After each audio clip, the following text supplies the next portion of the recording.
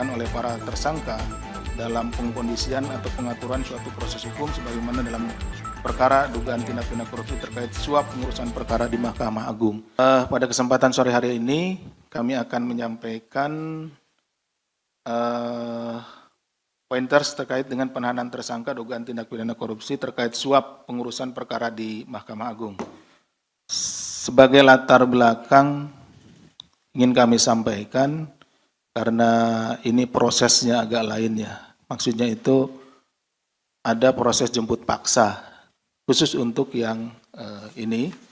Jadi alasannya adalah tentu penegakan hukum itu sangat perlu karena Indonesia sebagai negara hukum dan tentunya penegakan hukum menjadi salah satu yang penting dan dalam rangka itulah kami melakukan upaya-upaya termasuk melakukan jemput paksa kepada tersangka karena yang bersangkutan tidak hadir ya.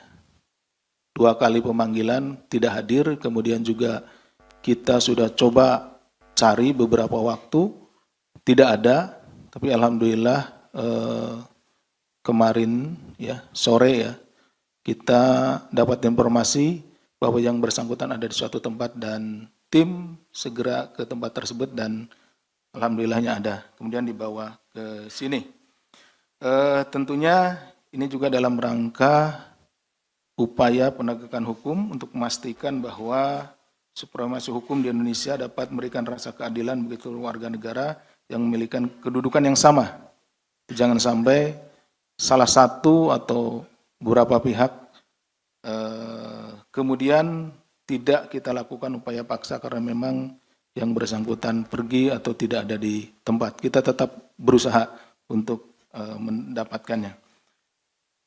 Kemudian perkara ini terkait dengan upaya atau tindakan-tindakan melawan hukum yang dilakukan oleh para tersangka dalam pengkondisian atau pengaturan suatu proses hukum sebagaimana dalam perkara dugaan tindak pidana korupsi terkait suap pengurusan perkara di Mahkamah Agung.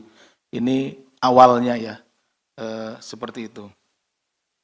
Kemudian ketidakhadiran tersebut, seperti tadi telah disampaikan, itu setelah 2 kali ya kita panggil, kemudian kita lakukan penjemputan paksa. Adapun upaya penjemputan ya, penjemputan tersebut sebetulnya sudah beberapa minggu yang lalu gitu. Kita melakukan pencarian dan lain-lain. Nah, seperti itu. Tapi baru kemarin bisa kita laksanakan. Bahwa dalam perkara dugaan tindak pidana korupsi terkait suap pengurusan perkara di Mahkamah Agung atau MA, sebelumnya KPK telah menetapkan 2 orang tersangka ini lanjutannya, yaitu Saudara HH selaku Sekretaris Mahkamah Agung periode 2020-2023, kemudian MED selaku Direktur PT WA atau pihak swastanya. Jadi yang mengurus perkara-perkara di Mahkamah Agung salah satunya itu. Termasuk juga kan rekan-rekan juga mungkin monitor yang ditangani oleh Kejaksaan Agung juga ada pengurusan perkara di sana. Terhadap Saudara MED, KPK telah melakukan pemanggilan sebagai tersangka sebanyak 2 kali, kemudian yang ketiga kalinya kita cari dan tidak pernah hadir, di mana dalam pemanggilan tersebut tidak hadir tanpa keterangan.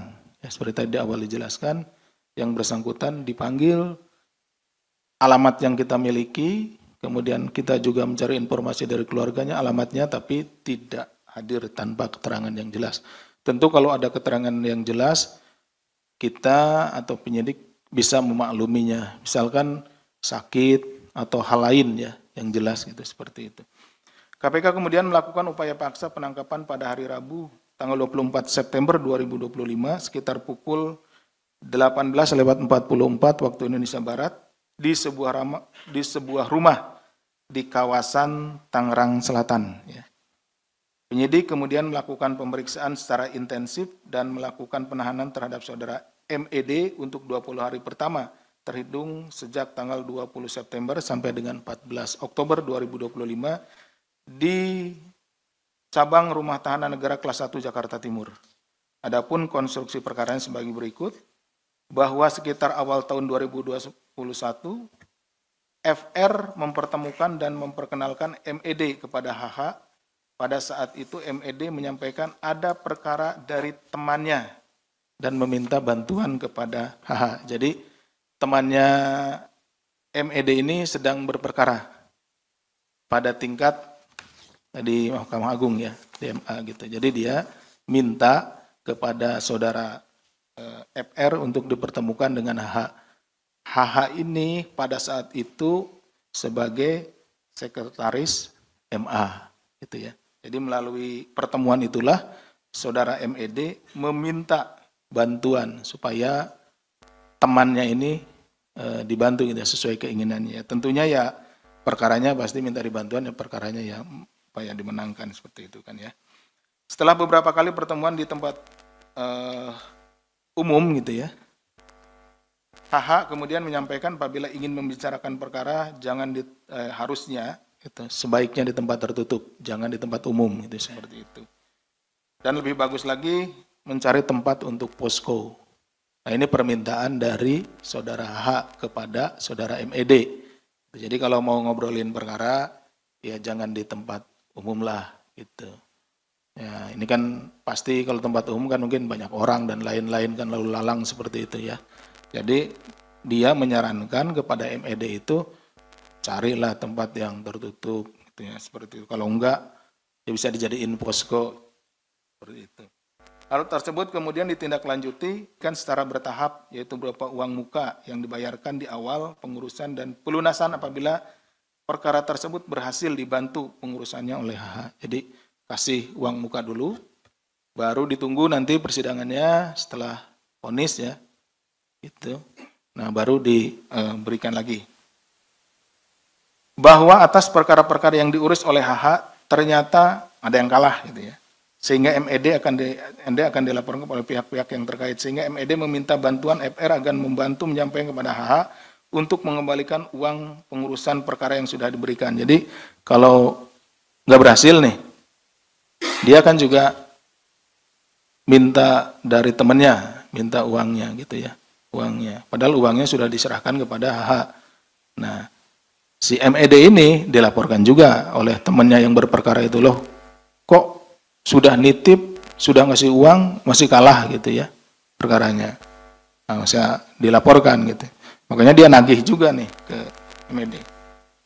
Kemudian atas perbuatan MED dipersangkakan melanggar pasal 5 ayat 1 huruf A, pasal 5 ayat 1 huruf B atau pasal 13 Undang-Undang Nomor 31 Tahun 99 tentang pemberantasan tindak pidana korupsi sebagaimana telah diubah dengan Undang-Undang Nomor 20 Tahun 2001 tentang perubahan atas Undang-Undang Nomor 31 Tahun 1999 tentang pemberantasan tindak pidana korupsi.